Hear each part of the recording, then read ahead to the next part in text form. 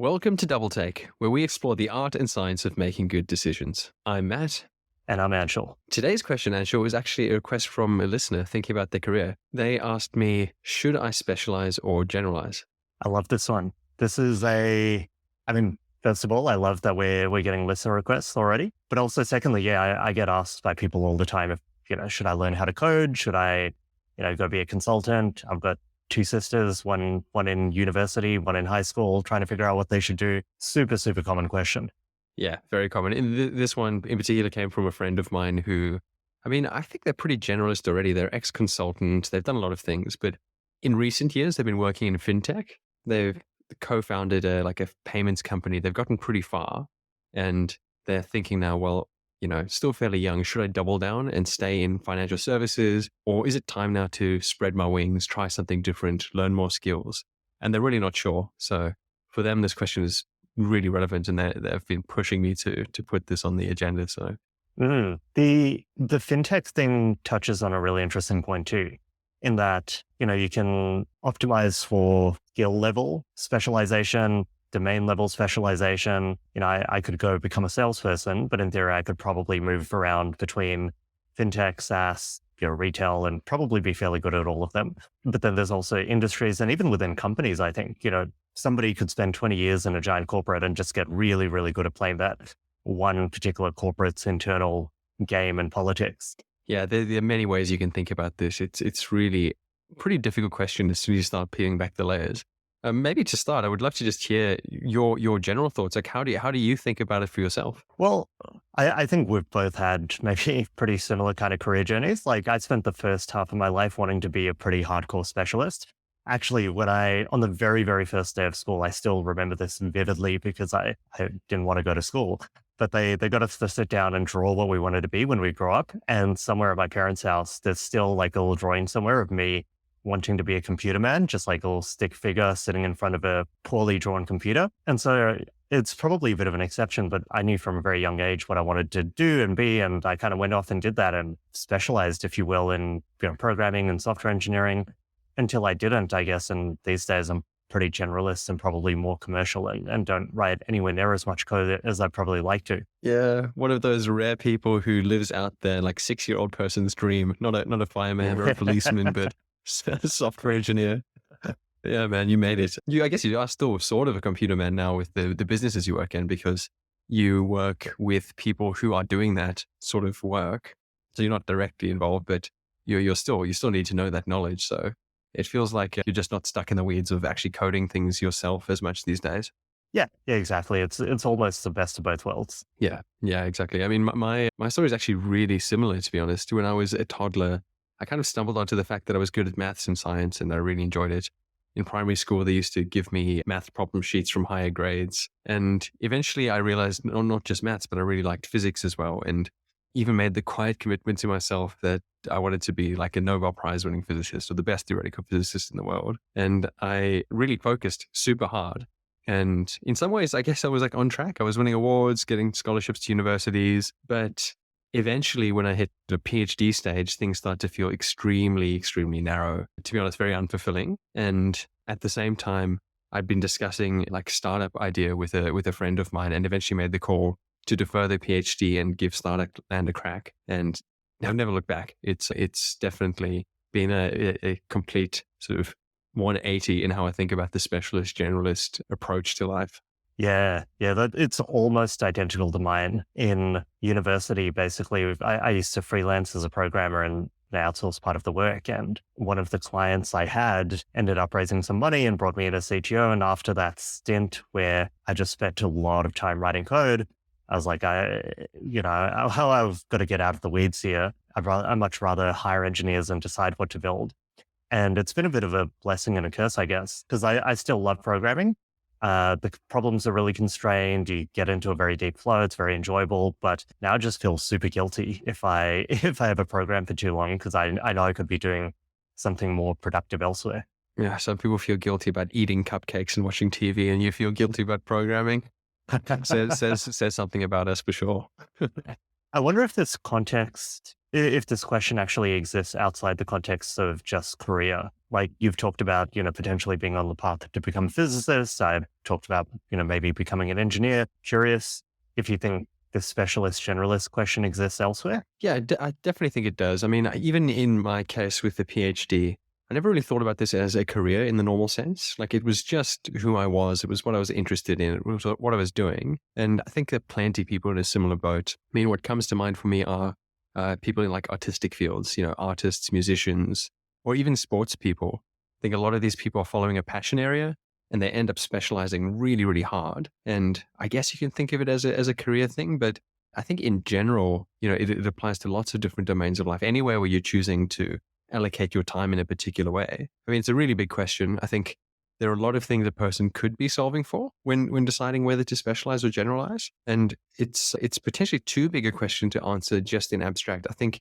you potentially have to be a bit more specific about where we're starting and what we're solving for in this case. Yeah, I agree. I mean, 90% of where I've run into this or spoken to people about it has been in the context of career. And so I think it probably makes sense to constrain the question here to say we're optimizing for career success. And the measurement you'd probably put in that is your ability to earn. And I know there's all these other dimensions, like how much you love your job and, do you enjoy your life day to day? Is it meaningful, fulfilling? But I think for the sake of simplicity, if we're thinking about where most people are considering the specialist versus generalist question, I'd say it's, can I earn more by, going down a particular path?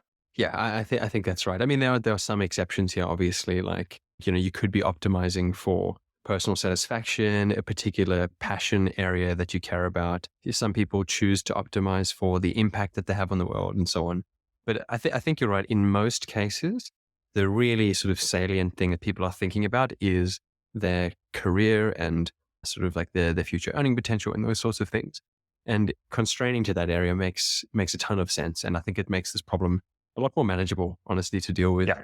So let's assume that that's what we're doing. How then do we approach this problem? What are your thoughts here? So I think there's probably a couple of key lenses to take a look at this one. So the first one, I think broadly, the decision between specialization and generalization is a risk reward one. So if you become a specialist, and a specialist could be, you're the best Nobel Prize winning physicist in the world, you're a, top 1% athlete in the NBA, you're a, award winning musician like Taylor Swift. It could be any one of those, but competition is harder, right? Because you have to be really, really, really good at one particular narrow set of tasks, and you're competing on a small surface area with a lot of people to be at the very, very top. And so risk reward, if you make it, great reward, but also, great risk in that the vast majority of people don't make it. Then separately, there's also a risk reward trade-off around the fact that, for lack of a better word, I think specialist skills are kind of fragile. And that means you're really good at a few tasks, but being good at a few tasks isn't a particularly robust or, anti-fragile, if you want to use the Nassim Taleb phrasing, way to operate in a world that's constantly changing, right? We've had large language models come out recently. AI is advancing. If you're a copywriter, if you're a graphic designer, it doesn't matter if you were in the top 1% 5 years ago. Very quickly, nobody's going to care how good you are just because you're going to get automated. And so I think having a very narrow set of things which you're good at exposes you to more risk. And so I think if those two things are true, then to answer the specialist versus generalist question, you kind of have to think about, one, which knowledge and skills are high leverage and how do I identify them? And high leverage being that, they're applicable in a lot of contexts, and learning them, gives me a disproportionate reward in terms of earning output. Then you've got to figure out, how deep should I go? How do I know when it's time to move on? Like, how good do I need to get at each of these skills? It's definitely possible to, become a specialist at what might be considered a generalist skill. And that's not necessarily an optimal strategy either. And then finally, once you're armed with, your set of knowledge and skills, how do you go off and use it? Yeah, I think it's a pretty good framing. This, like in general, when people are making decisions about what to do with their time and energy, I think the risk reward lens is very often the right one. And those points you made, I think that they resonate. Competition, I think generally is harder as a specialist. There will be some exceptions and we should get into it. But I think you're right. Generally, to really win as a specialist, you do need to be the best of the best, and that's pretty hard. And then the specialist skills, I mean, it's not really arguable that it's more fragile. The future is uncertain. If things can change and you're over optimized to a specific set of skills or knowledge, you are less adaptable. Again, I think that there might be some exceptions. There are times where it still makes sense to take a more fragile approach because the upside can be very, very high, high enough to compensate. And maybe we can touch on some topics from sort of modern portfolio theory and investments in that domain. But I think that's right. And so let's dig into those points. And if we're comfortable with it at the other end, then I think let's move on to, if that's true, you're right. What skills do we invest in building as a generalist or somewhat of a specialist? So getting to the first point, I mean, we said that, you have to be potentially in the top 1% to really, really make it as a specialist. I actually think it could be even worse in many cases. I mean, if you just like pick a field, for example, let's say being an artist, I think thousands and thousands of people are trying their hand at art, music, so on. But I mean, how many successful artists or musicians can you name? I mean, maybe musicians a bit more, but in general, it's not very many.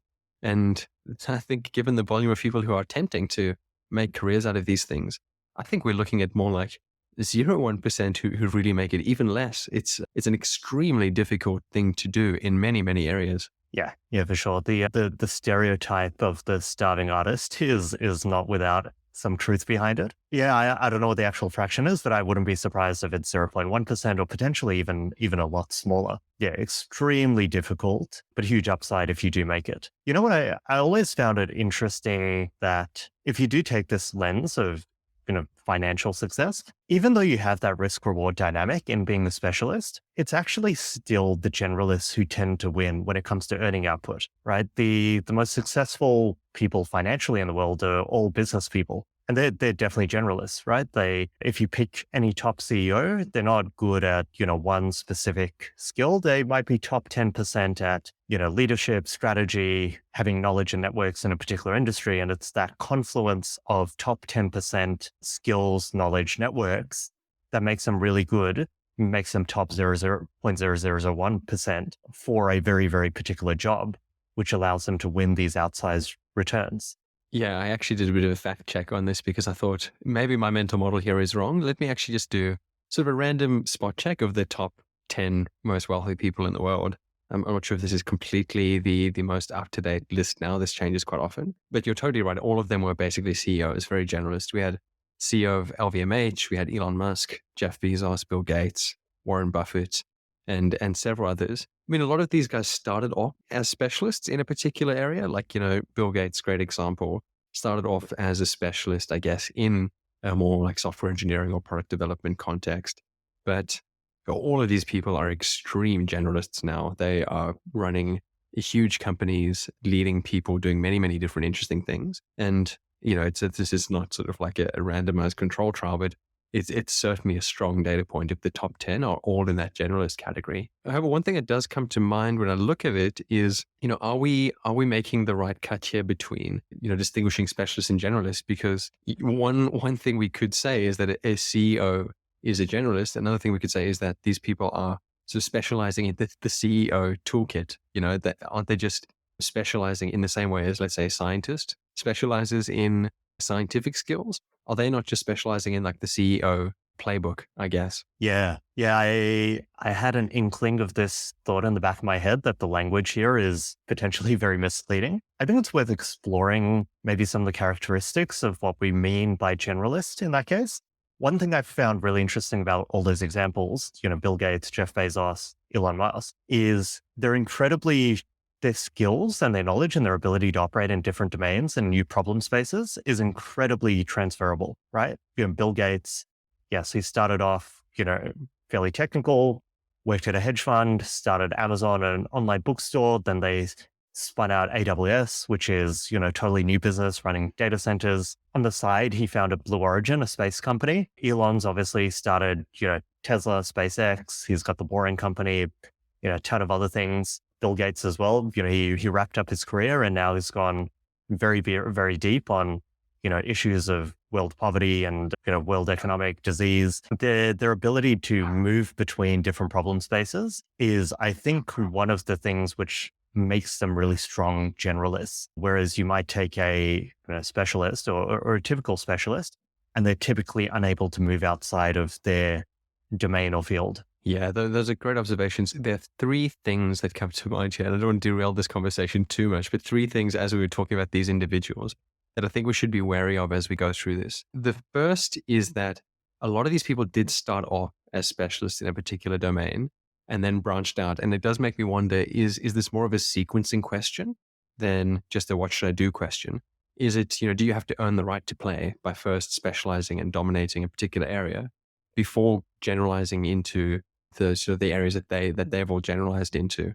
That's maybe one question. The second is whether, looking at these top of the top sort of people on the wealth list is even sufficiently representative of anything, because these could just be like the mega prodigies of the world. And of course, they're going to be doing lots of things because they are capable of doing lots of things. And so for like the average person, or for most people, does the same rule apply?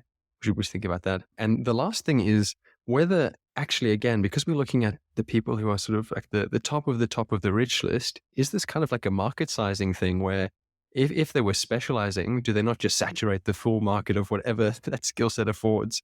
And to grow more, to gain more wealth, to do more things, you have to become a generalist just because of, I guess, the available universe of resources out there.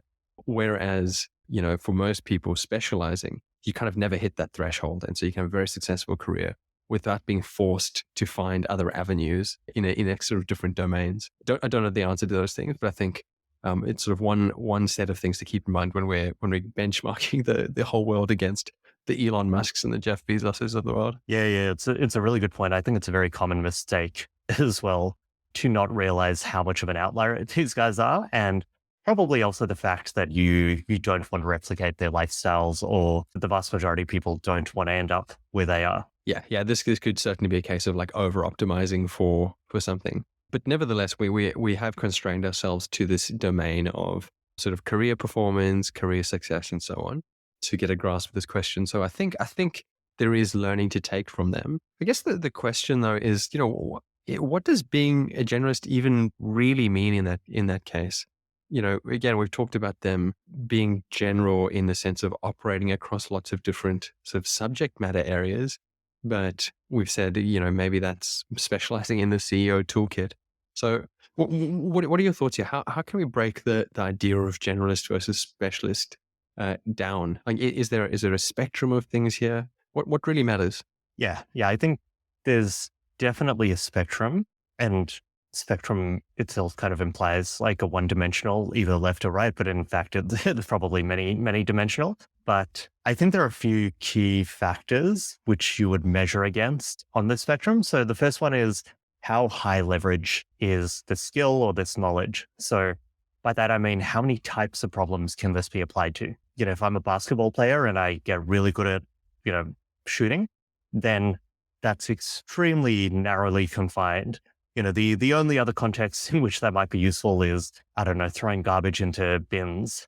There's very, very few problems where I could take that. But something like, I don't know, influencing people, useful in a management context, in a, bargaining context, in a sales role, useful across almost any job where you're interacting with people, even outside of your job where you necessarily do have to interact with people as well. And I think the question of how many types of problems can this be applied to is useful in a couple of different ways. So first of all, it touches back on that transferability point, right? If the world changes, if I move somewhere else in the world, whether that's a job, a country, a profession, I can take some of that knowledge with me and still be able to apply it. But then separately, it also allows you to continue building on that knowledge, compounding on it over time, because you're applying it in so many different contexts and places, and you're getting better at it each time you apply it.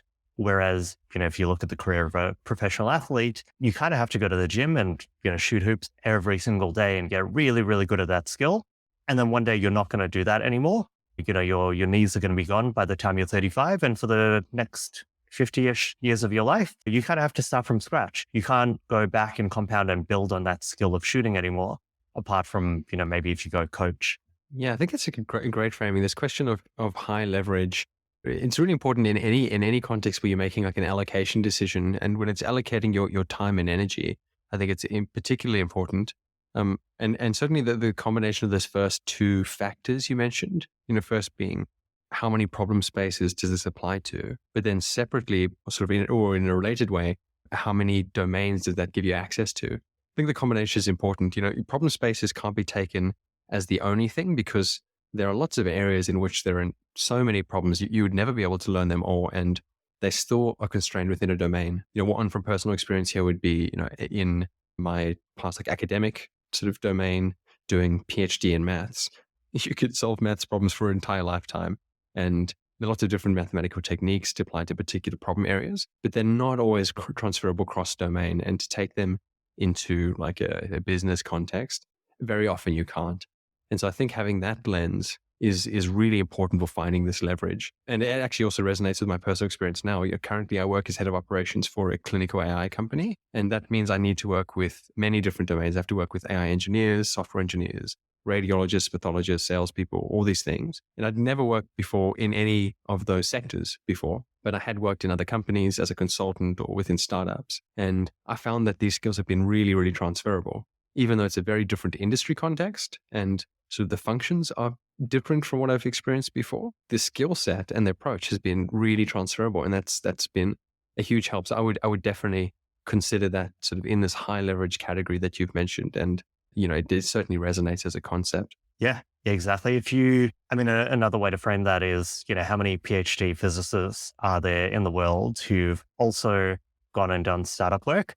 And then if I were a clinical AI company, failing you also having a medical degree, but somebody fairly scientific, analytical, mathematical, also with that commercial experience is actually fairly rare. And, supply demand, the higher the demand is for that, combination of skill sets, and the rarer the supply is, which inevitably it will be, because how many people are going to take that very unique path through life, it gives you the ability to go and earn those outsized returns. It's actually a really great point, and it actually points to a misconception that I think I encounter fairly often, sort of among my friend circles, where people, I think they very often are in this mindset that you need to build a strongly specialized skill set in order to be valuable to the market, or in many contexts. As early as yesterday, I was having a walk in a conversation with someone who's considering making a career change, and they currently work in the retail space, and they like the space, but they're looking at branching out, learning other things, and they're really worried that if they do that, it'll look like they don't have any sort of particular domain knowledge, and their sort of future prospects will be limited. And it was so interesting from my perspective. My gut reaction says it's the exact opposite. Looking for people who have broad skill sets, who can do a lot of different things. It proves that they're adaptable. It proves that they've got some risk appetite. It's a very attractive type of profile. But from this person's perspective, who's spent more time, I guess, in corporate environments, they actually see this as a negative. They see this as somebody who doesn't have any domain expertise and therefore is not particularly differentiated against others. And so I think this is a huge misconception that's pretty pervasive and potentially quite valuable to break out of, and sort of reflect on one's experiences a bit differently. Yeah. I think that touches on a couple of really good questions, which is, understanding that, you want to build a base of high leverage knowledge. Cool. Conceptually, that makes sense. Then which knowledge and skills should I actually go out and build, right? How do I determine, in my particular context, what is high leverage? And then how deep do I actually need to go on them, right? What's the 80% here? Because, you chatting to your friend and saying, hey, maybe you've hit the 80%, what matters in retail. Now you're good to go off and do something else. How do they actually determine, what another 6 months in retail is actually where, I'm going to hit diminishing returns on my learning, or it might be another 3 years or 5 years. And then finally, taking the right balance of different skills and the right depth on each of them. What's the best way for them to go leverage all of that into, whether it's a job, starting a company, consulting, advising, whatever it might be? Yeah, I think that's a good framing. And maybe before we jump into it, just to highlight a few other sort of misconceptions or concepts that I think are relevant to have in mind as one goes through this assessment. You've got to make sure when you're making a decision, let's say on what skills to learn, that you're informed by the right data, or at least that you're interpreting the data you see in the world properly. And something that I think gets confused here is this problem of sampling bias. When you look out the world at the world, in most domains, what you're seeing is examples of very successful specialists. So yeah, pick a domain. Again, music. You're seeing, if you look on Spotify, you look on MTV, whatever it is, you're seeing examples of people who have really, really made it. And then you ask, what have they done? And most of them have sort of chosen their domain early on in life and really specialized. But what you're not seeing is the sort of graveyard of failed or churned specialists who never got to that point. And so I guess in this context, if we were to say, okay, what skills should I learn? You kind of look up the success list, you see hyper specialists in particular areas. You're drawing a conclusion that's based on a huge sampling bias. And that's probably not the right way to identify the right skills to learn, because only a few people succeed. And if you were somehow to run the randomized control trial and do an experiment over skill sets and performance, it's likely not to be those skills. So I think that one is quite important to have in mind here. And the other one is a concept, I think I mentioned it earlier, from sort of investment theory. So in modern portfolio theory, there is the concept of an optimal portfolio, where when you make investments, you're trying to optimize risk reward. And if you have a portfolio that gets you a certain expected reward for a lower level of risk than you're currently on, you need to take it.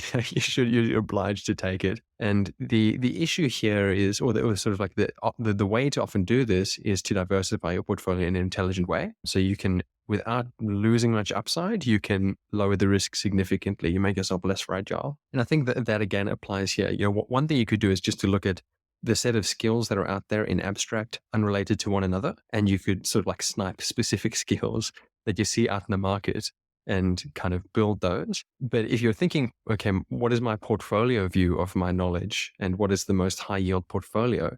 It's not necessarily a list of like skill A, skill B, skill C optimized to a particular level. You do have to consider the ensemble. You have to consider them together and how they complement one another, and that sort of the right mix of diversification that gives you the best like risk reward profile. So let's take those two sort of concepts through as we look at the skills that we think are sort of sufficiently high leverage to gain.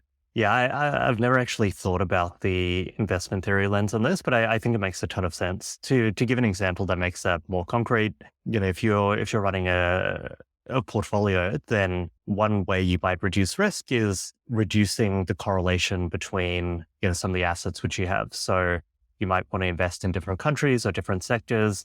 If Asia is booming at the moment, then a lot of the risk and reward there is correlated.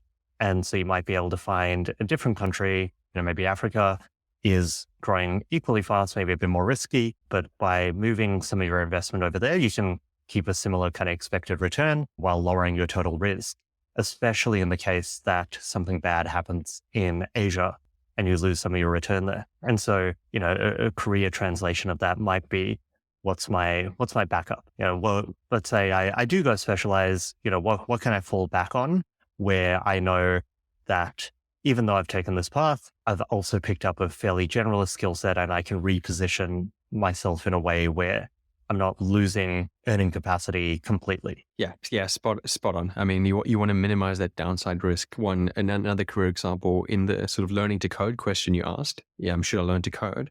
Yeah, one thing you could do is you could become an absolute gun at like machine code and C++ and several other languages and know them down to the absolute details across all the different programming languages. And great, but as soon as you move into a context where you don't need to code directly, you're potentially not well positioned versus somebody else who maybe learns one language really well, maybe learns like the principles behind coding really well, but then can manage a software team using a different language or something like that. So I think this sort of way of thinking of diversifying a skill set applies there as well. I think it's also important to take then a future looking lens, because you can optimize for today. You can look out into the world you see around you today and you say, okay, what is the optimal skill set?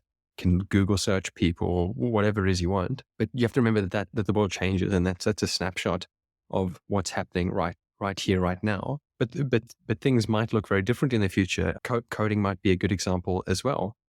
Clearly it's useful, it's super important, There are great specialists doing many important things, but given advances in, let's say, generative AI, being really great at software development may look different in 5 years from now or 10 years from now. It might be more important to be able to think critically and, identify the right project plans, recognize good code, run robust testing, whatever it may be, versus being amazing at coding yourself at the very low level.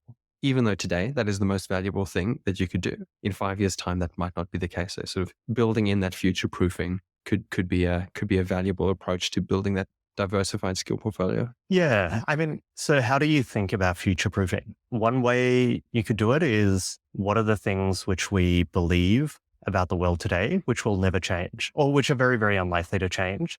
And, they've been valuable for 1,000 years, and they'll probably be valuable for another, at least the duration of my lifetime. Off the top of my head, you've got people, being able to work with people, influence people. That's been valuable for eternity, at least as long as humans have been around. I think the ability to think abstractly and break down problems into subcomponents and figure out how to prioritize them and then go after them. Well, one of the most obvious examples of a high leverage skill that's applicable in a lot of contexts is counting, right? Can you imagine what life was like before you could count stuff? And it's one of those skills which is so deeply internalized in most people we know today that you have so many other concepts and ideas and skills and knowledge built on top of it that you don't even realize how fundamental it is. But what are the things that are similar to counting, which allow you, they give you a really good base to build other skills on top of? Do any come to mind for you?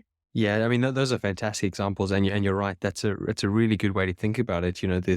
If things have been relevant for thousands of years, I think that's a good indication that they will probably remain relevant for, at least several more. But one comes to mind, as you mentioned, counting and abstraction. Those are sort of like specific skill sets in a sense, but there is also this one layer higher, which is the meta skill of gaining those skills, of learning to learn, of learning to be flexible and adaptable. And I think when faced with an uncertain future and, you don't really know exactly what the future will hold, position yourselves to be able to adapt to many different futures, I think is a valuable thing. And so practically what this might look like is just the attitude of lifelong learning, of so keeping your finger on the pulse, of being able to acquire skills and apply them quite quickly. This could be anything from sort of reading widely. You don't know what's going to be useful, so let's make yourself adaptable to be able to read widely and learn widely, all the way through to just putting yourself in, getting yourself used to change, putting yourselves in different environments that make you uncomfortable, so that you learn, okay, how does this thing, how do I operate in a context of uncertainty, of change, so that I can learn to adapt? It's sort of like the meta skill of some of the skills you mentioned. So those are the ones that came to mind for me. Yeah, the meta learning is a really good point. In fact, potentially the most important point here. Yeah, it could be. It could be. I guess, again, the one issue here is because you don't know when the change is going to come or how much change is going to come. There is also the risk of sort of over preparing for change that never comes and then missing the arbitrage, right? Like one thing you could do, investment theory again, for example, is just invest across everything. So it's not the optimal portfolio. It's not the right way to diversify your portfolio. But if you really assume that you don't know anything about the future and you can't put any estimate on risk, that's one thing you could do. And, you might miss the arbitrage. You might miss the apples coming out of nowhere and the Googles of the world, and you do miss the boat. So there is a balance to play for sure. But I think you're right in general that meta learning is probably the highest leverage thing that you can have in your toolkit, at least in my experience. Yeah. You don't want to become the guy who gets so good at speed reading in pursuit of, one day when the right books come out and the right, when AI blows up or crypto blows up, I'm going to be able to read all those books so quickly and get ahead of everyone. But in the end, you just end up being the best speed reader in the world. Yeah. So that point makes sense. Yeah, no, for sure. Maybe it's worth then thinking, what are those sort of domains of knowledge? Like, can you carve it up in a way that is a bit more sort of practicable, I guess? Does anything come to mind? How would you carve up those sort of knowledge or skill domains? I think there's a really concrete example, which most people go through when, you go to school, you get a job. And in most jobs, I think there are probably 3 buckets of knowledge. So you've got, I guess, at the most granular level, skill specific knowledge, right? You get hired as an accountant maybe, and your job is, look through these financial statements, P&Ls, whatever, and come to some conclusions, provide some advice. And that's pretty good. It's a specific problem. It's transferable. You can go to another accounting firm. You might even be able to go to a business and help them do their accounts. Then there's domain specific knowledge. And that's maybe in this context, I'm an accountant in Australia or even a specific state in Australia, New South Wales. And there's a bunch of extra knowledge I need to have, which is kind of domain specific. It's the regulation that's local, the local tax law, the way businesses typically operate here, the common, workarounds and ways to deal with them and advice and all of that. And then you've got the top level, which is company specific knowledge.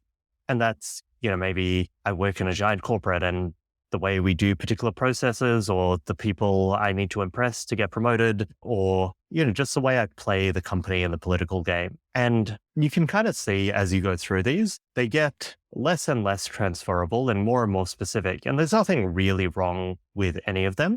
If I want to play the game of climbing the corporate ladder and staying at the same company for 20 years, then that's great. I should get really, really good at the skill level, the domain level, and the company level. But what you're losing there is adaptability, transferability. You're in some sense then specializing both at the domain level, in this case, geography, and then at the company level, right? If you've been at a company for 20 or 30 years, at least in my experience, at least half of your value is the fact that you've been there for that long.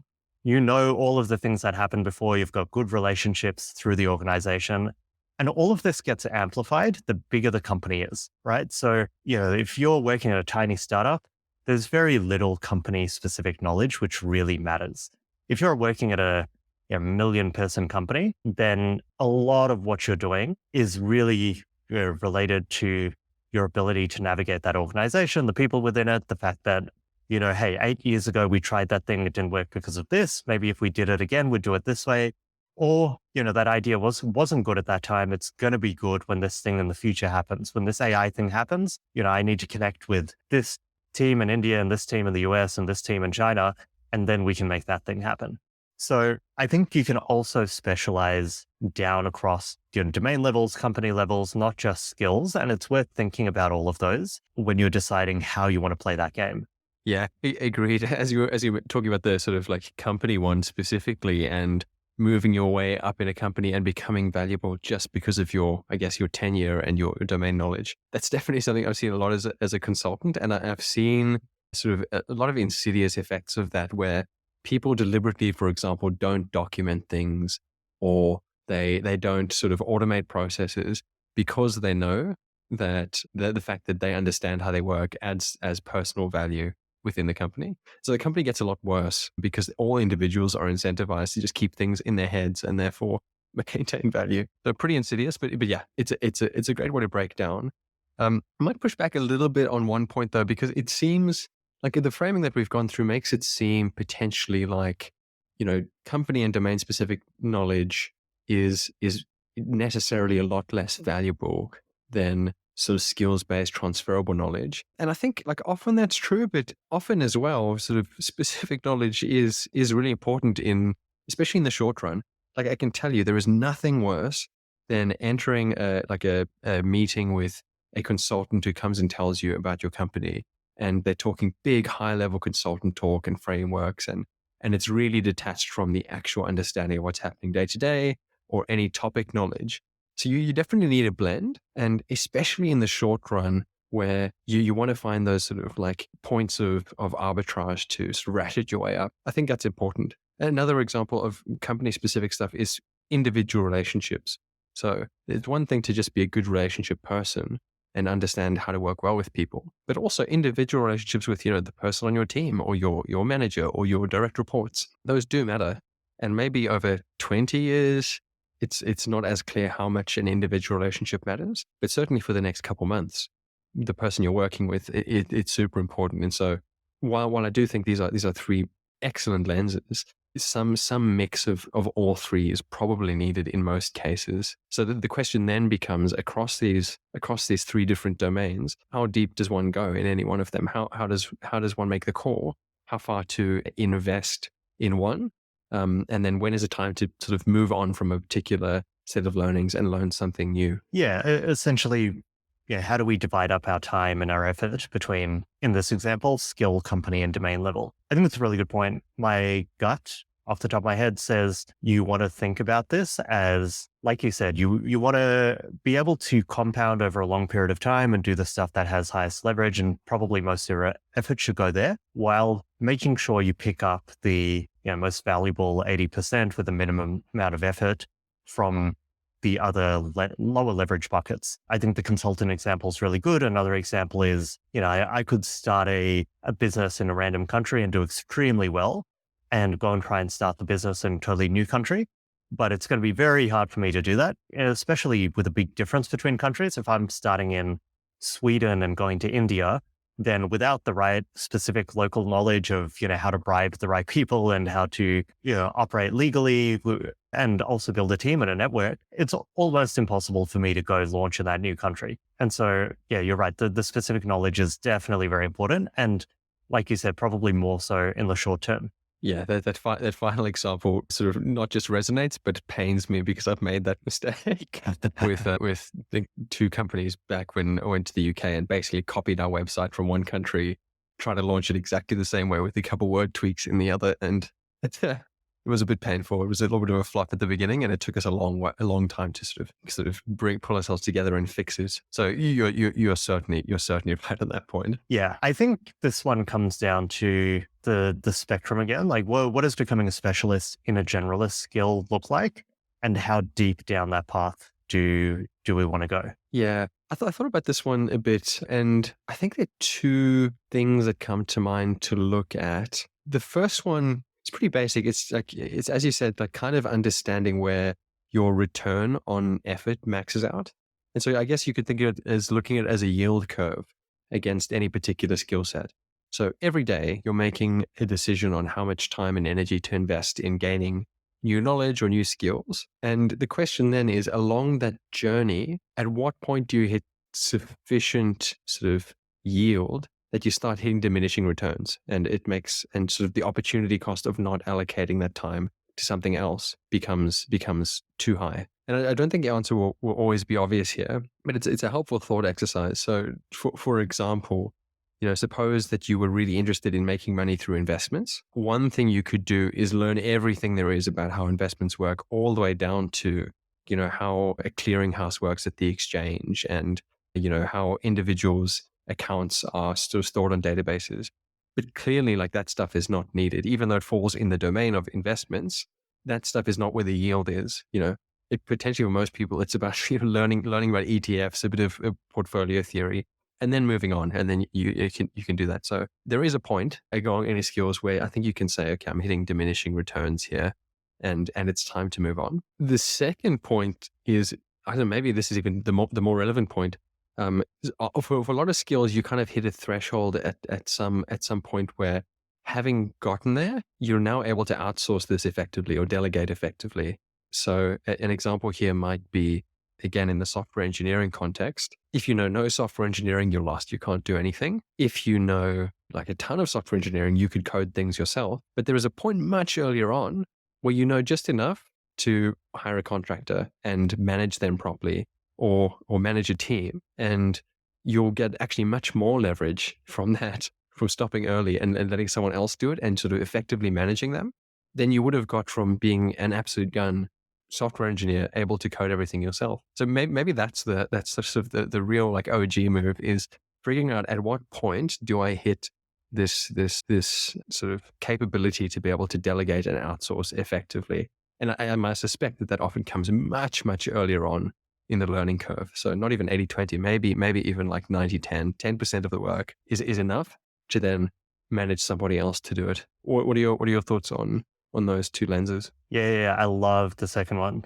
It's a super clear heuristic, which you can kind of keep in mind and actually tests very quickly of, hey, when I'm delegating this to that person, am I covering enough detail? Do I have gaps in my own mind on, how long will this take them? How much effort is it? What are the trade-offs between different decisions? That's usually what it comes down to. I will say, I don't know if you've heard of the Dunning-Kruger effect. It's this idea that, I think the most famous one is, 90% of drivers think that they're above average, which obviously doesn't work, because some of those people have to be below the average. But there's a more kind of drawn out version of this. There's a graph somewhere which shows a confidence versus knowledge graph. And I think what happens is, at the beginning, people learn a new skill, they go up to ignorant, but high confidence.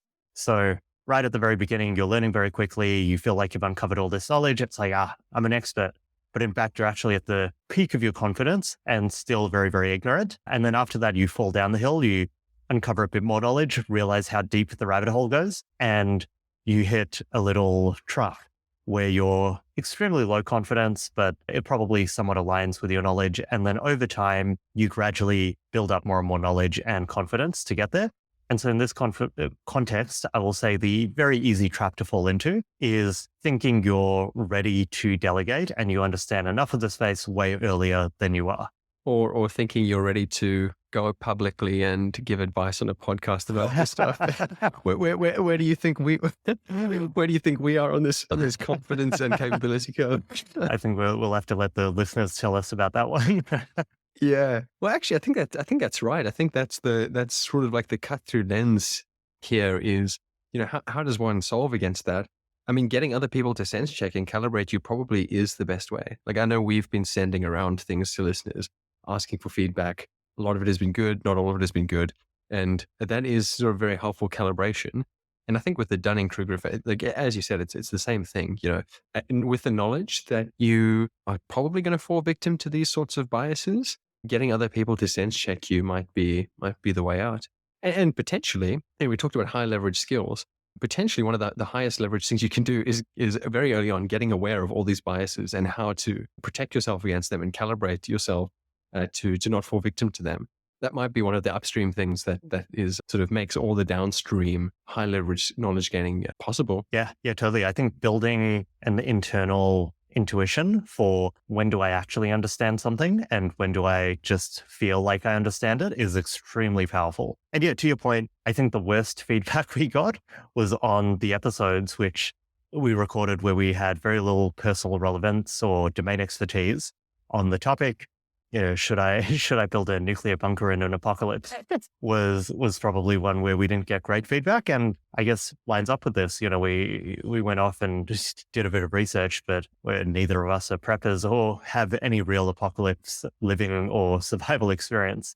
Yeah, and you can feel it. I think the sort of Dunning-Kruger calibration, we definitely fell victim to it now, but having interpreted that feedback and looking back on it, I think we're now better calibrated. And yeah, that was certainly a good learning to have. So I guess like pulling up, it feels like we're both pretty convinced that the right approach to being a generalist is probably in most cases the more sort of effective and robust way of kind of approaching this career question. And we've got several good sort of frameworks or heuristics for figuring out what skills to focus on, how deep to go, when to move on. I guess the next question is, if you've gotten all that stuff right, you've said, I'm going to like optimize my portfolio of skills and capabilities in this particular way. I'm going to allocate my time in such a way that I get the high yield stuff up front, get leverage, and then move on. All those good things. Once armed with this knowledge, I guess the next question is like, what do you do? How do you get the most out of this learning? So I think I've built a intuition, I guess, somewhat carrot stick guilt approach to always trying to be moving towards a higher leverage task. I really enjoy getting myself out of the weeds, moving to a position where I can delegate, hire someone, not have to do that task myself. In fact, not even understand it or know about it a lot of the time. But then on the flip side, there is part of me that loves doing those things, right? I mentioned I enjoy programming before. I love, going deep, understanding them, learning the tools. But I tend to feel guilty very quickly whenever I'm doing those for too long because I know I've got an opportunity cost on my time.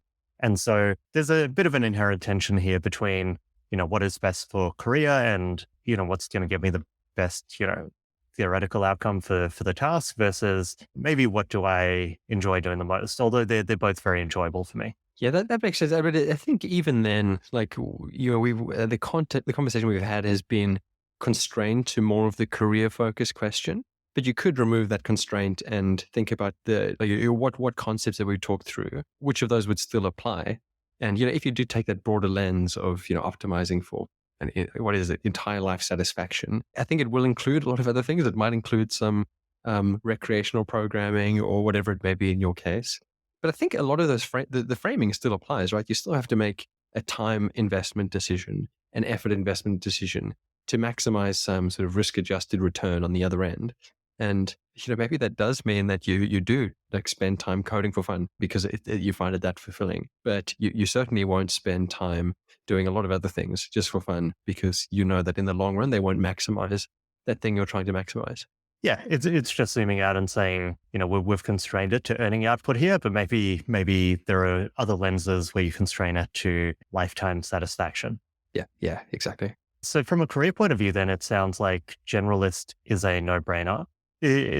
That's probably your take as well. Yeah, I think in most cases, or at least the right type of generalist, I think there are certain exceptions, and I mean, one of the listener feedback I got was we need some disclaimers at the beginning, and so maybe I'll say them now. Like, this is not the investment advice. This is not legal advice. This is not medical advice. This is not relationship advice. Like all those good things, they're going to be exceptions to everything we say.